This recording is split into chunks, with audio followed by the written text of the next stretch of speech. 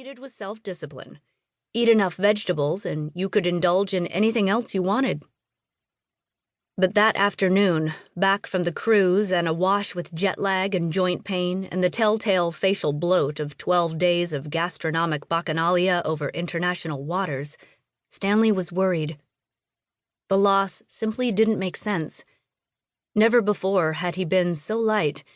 Were he to continue dropping at the same rate, he'd soon be the same size as his early days in high school, the number 5 ranked boys' institute in Taipei. He decided he needed to schedule a medical appointment, a chore he usually enjoyed. Stanley was 74 and took a considerable interest in the medical miseries of his peers. Doctors' visits accomplished the dual tasks of both occupying his day and providing reassurance that his health continued to be in top form. What followed next, a full week later, the earliest Kaiser Permanente could secure an open slot with his general physician, wasn't the quick dismissal Stanley expected. Instead, there came a series of drawn-out diagnoses, each more alarming than the last. First, the rather vague gallbladder disease, which the specialists were only able to initially elaborate on in terms of statistics. 50% an inflammation, 40% a problem with bile flow, 10% cancer.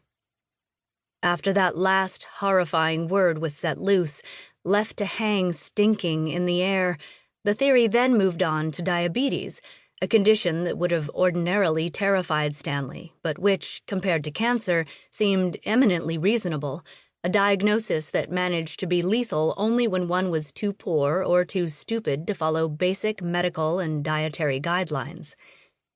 Then diabetes was set aside for a peptic ulcer, which had seemed positively benign in comparison with everything else.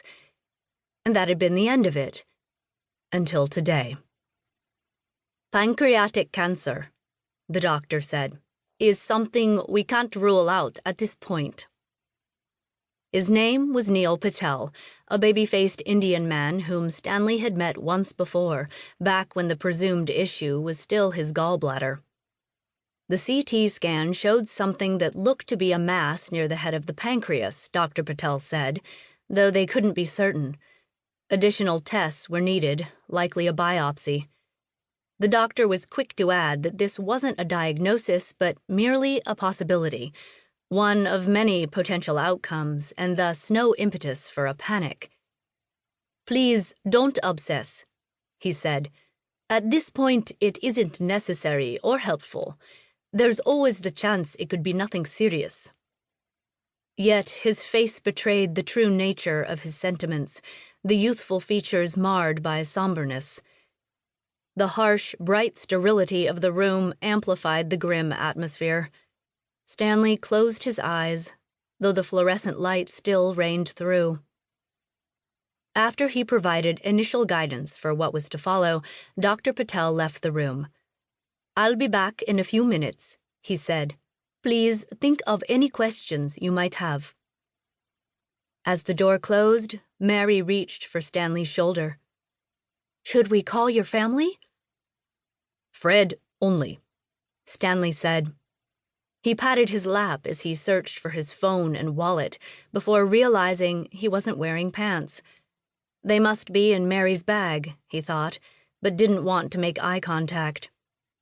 He wanted her gone from the room. He wished he were completely alone and had never entered this place. His stomach rumbled. Somewhere inside, nestled deep within secretive cavities, small portions of his body were actively betraying him. "Fred!" Mary cried. Fred was her least favorite of Stanley's children. "Don't you mean Kate? Daughters are always better in these situations, aren't they?" When Stanley was silent, she charged on. "Besides, if you're worried about having to tell people, Kate will handle that for you. She'll call Fred and the rest of them." Them to no doubt include Stanley's ex-wife Linda, a source of both mild dislike and eternal fascination.